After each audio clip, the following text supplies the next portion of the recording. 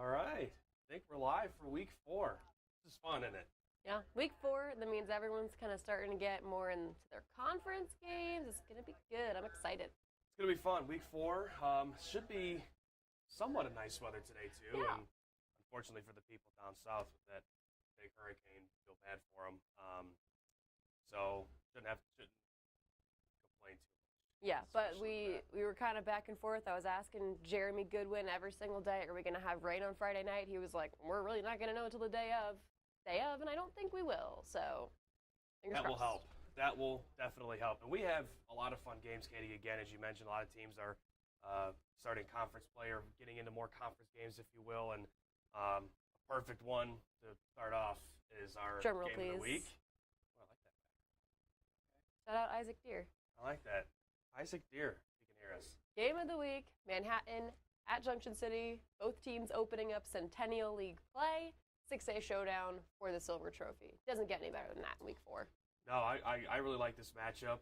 Manhattan going on the road again. They've only played one home game so far, and they've been pretty solid on the road. As we know, they're 3-0 and had a great game against Hayes last week. Was it the game-winning touchdown with just seconds on the clock last week? So Carter Aslan to J.J. Dunnigan. I think if that showed anything, it's that this team knows how to win in tough situations because it won't be their only tough game they play all year.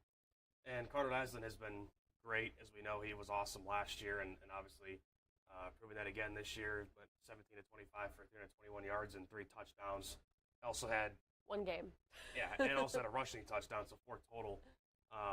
That's pretty good. I mean, and we know J.J. Dunnigan obviously has gotten looks from KU, K-State, Nebraska. I mean, list goes on. So he's definitely a playmaker, and he's been definitely hard to stop, as we've seen in some of the games that we've shot so far. Yeah, and Manhattan's got kind of a streak going in this rivalry game.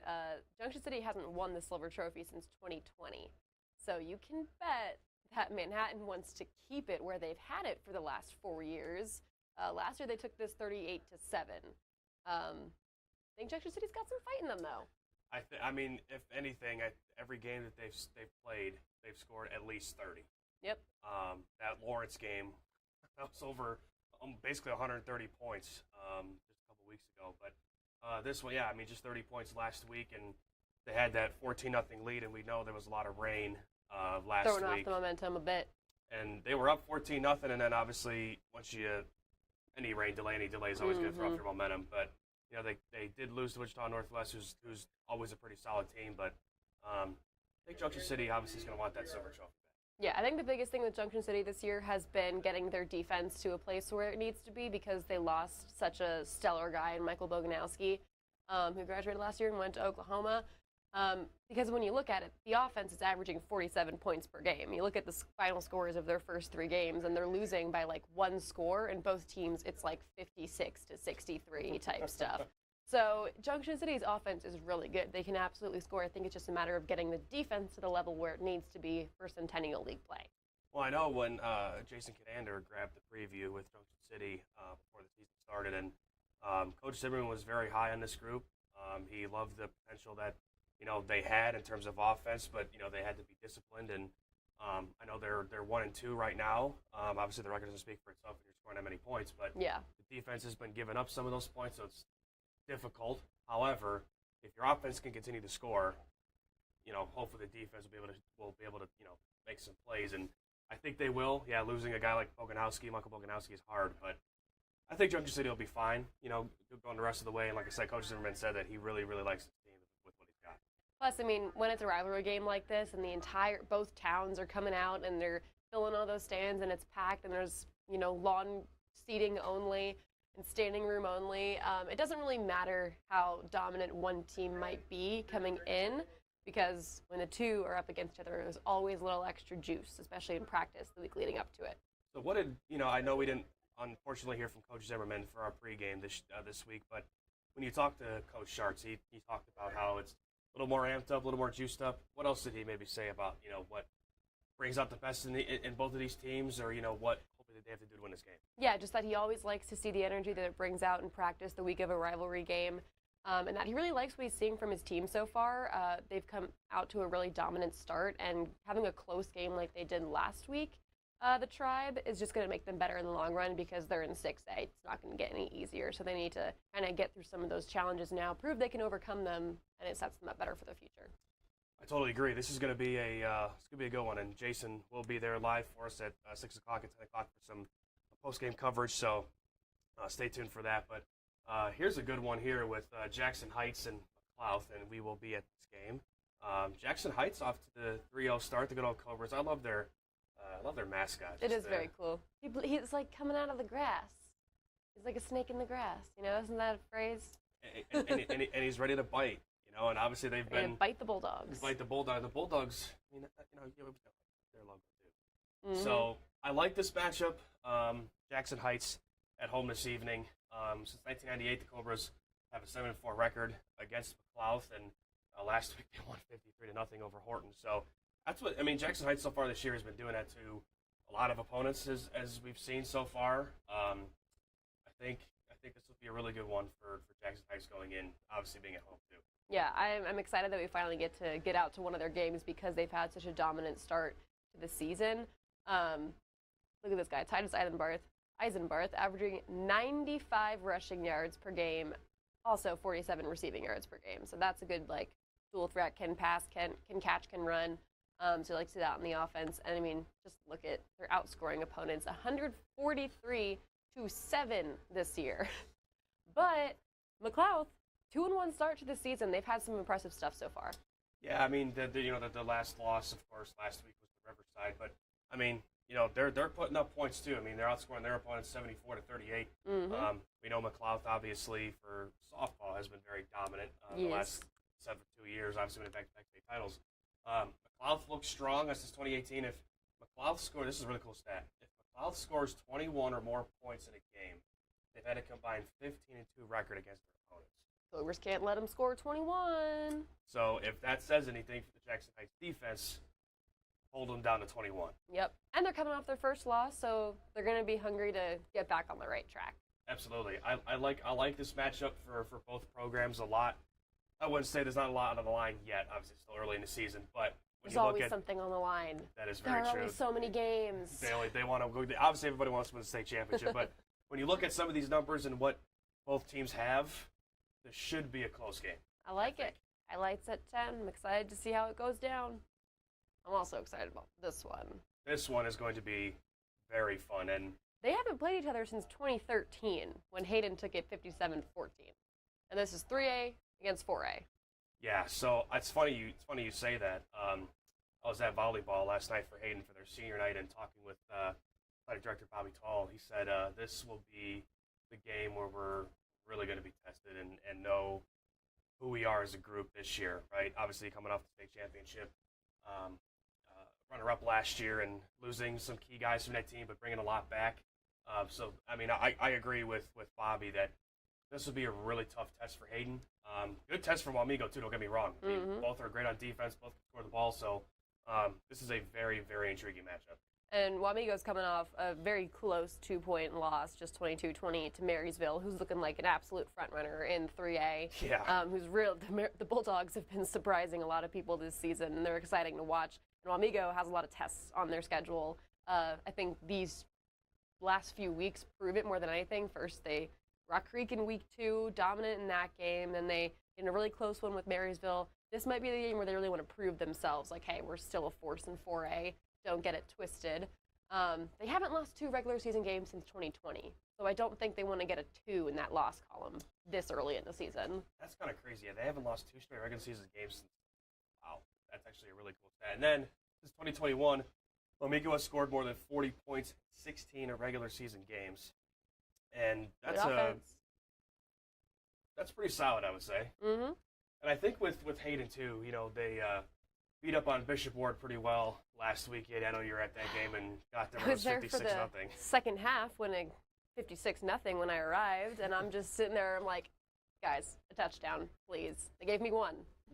And Hayden is one that they have a little bit of a win streak. They've won 12 straight regular season games dating back to last year. So I know with Omaha Central losing, I don't know who has the longest win streak. It's probably 12 is. I don't know if Hayden has that record, but I don't know who has it now. But obviously they're up there with 12 straight wins. So this will be a great one. And Hayden's on the road, too. So Wamigo's a fun place to go and play a football game under the lights. Boomtown. I really enjoy this matchup. And this is like a game of the week runner-up, kind of. I think. Yeah. Absolutely. Yeah, and I'll be there tonight, and it's my birthday, so if you see me, you have to tell me happy birthday and say hi. That's the rule. I made it. Sorry. You should probably bring her a cake. True. Cupcakes? I would absolutely take cupcakes. Hey, you never go wrong with chocolate cupcakes. Cookies, brownies, you I'll name take it. them all. I got a cake sitting in my fridge, but it's not enough. Oh, look at happy birthday, Katie. Look at that. Aww. There we go. Shout out digital manager Isaac Deer. Thank you. Thanks, Isaac. You're no better great. way to spend it than high school highlights on a Friday night. You're great, Isaac. So we got one here with Highland Park and J.C. Harmon. This is a crazy stat here for Harmon. They went 1,813 days without winning a football game until week 1 of 2024. So that is a long losing streak. Happy for them that they were able to, finally get a win for themselves in that program. Yeah. And before we get to Highland Park, just one thing I will say about this school right here. They were set to play Rossville tonight. That game has been canceled. They have forfeited the game against Rossville. So there will be no Rossville home game tonight. And Rossville gets a win on its record. That's true. They get the forfeit. They tried, getting a new game, but obviously that's short of a notice. Kind of last-minute planning. Stinks for Rossville that they don't get to play this week. Yeah. But they do get the win on their record because, again, it was forfeited. But Highland Park, off to a 3-0 start, which is, good for them. 32-0 win over Schlegel last week, and they've shut out their 3 straight opponents so far.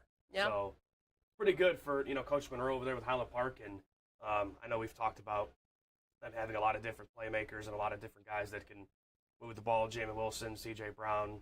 But defense obviously is showing up too. Yeah, because it doesn't take just the offense to shut out a team. It takes the defense too. And when you're getting off to such a dominant start like this, makes the Scots a little scary for 5A postseason. And they've outscored their opponents 126 Yeah. to 0. Yeah.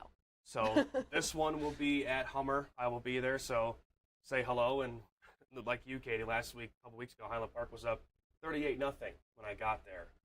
So I did get a touchdown, which was nice. So thanks, Coach, for drawing up a play for me. But yeah, I think this will be a good matchup for Highland Park, and again, happy for Harmon to break that almost 2,000-day streak. Highland Park knows a thing or two about going a long time without winning a football game, and then really, that's very true. And they've been really solid ever since they've gotten over that long hump. So. Yes, Coach Monroe's been great over there, and yeah, I told you can't forget Highland Park. I think it was 8-9 years without winning a game. So, but happy for both programs that they're winning again. Yeah, hopefully Highland Park. Yeah, hopefully. So we got a lot more games for you this evening. Riley County going up to Council Grove. Again, that Rossville game is canceled as of today. Was forfeited, so Rossville again does get the win in the win column. Topeka West going out to Lansing. Shawnee Heights out at Leavenworth. Northern Heights, Flint Hills. Words are hard. Yeah, Burlingame versus Center. Troy versus Horton. Valley Falls at Onega. Nemaha Central at Chanute. Clay Center, Chapman, and Sacred Heart versus Valley Heights. So long list there, and here we get to some more that we're going to be at tonight. Abilene taking on Rock Creek. Rock Creek is at home. We will be there for that game. Silver Lake going to St. Mary's. I think that's going to be like we said, Hayden and Wamigo was Game of the Week runner-up. That's also a Game of the Week runner-up. Both of these teams are really solid to start the season, and St. Mary's is undefeated. St. Mary's, they have a lot of those pieces back from last year, meaning Brady and Corley and Holes and Howie Rezak, the list goes on. That's the benefit of having a young team one year. They're all going to be old the next year, and they're going to be really experienced. I like them. They put up points. They're physical football team. Coach Marple's done a great job out there so far.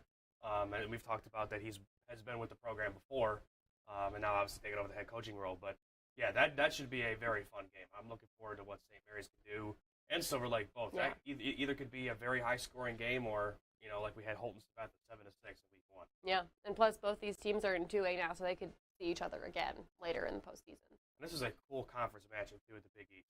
Yeah. And this is what you're going to see a lot more of. Silver Lake, St. Mary's, Omaha Central, Rossville, because obviously they're all in the Big East League now. So Mm-hmm. there's going to be more local matchups and fun matchups too at the same time. Yeah, and then Washburn Rural, they're back at home after a trip out to Missouri last week to host Blue Valley Northwest. Vince will be there. That'll be a fun game too. Say hi to me as well if you're at Washburn Rural.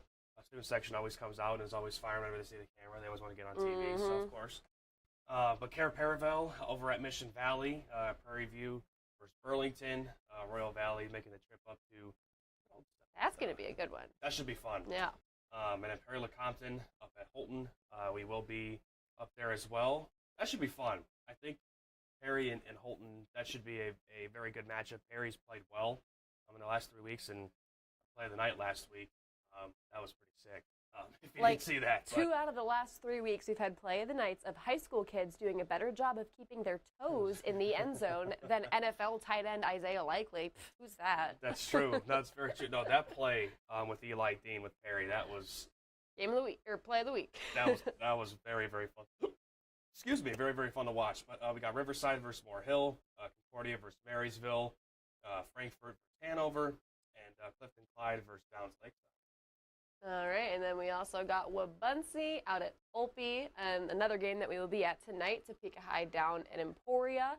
Topeka High has gotten off to a really good start this season. They're 3-0. Coach Philbick has been great with that program so far, and they bring back a lot of guys from last year. I know you talked to Coach Philbick.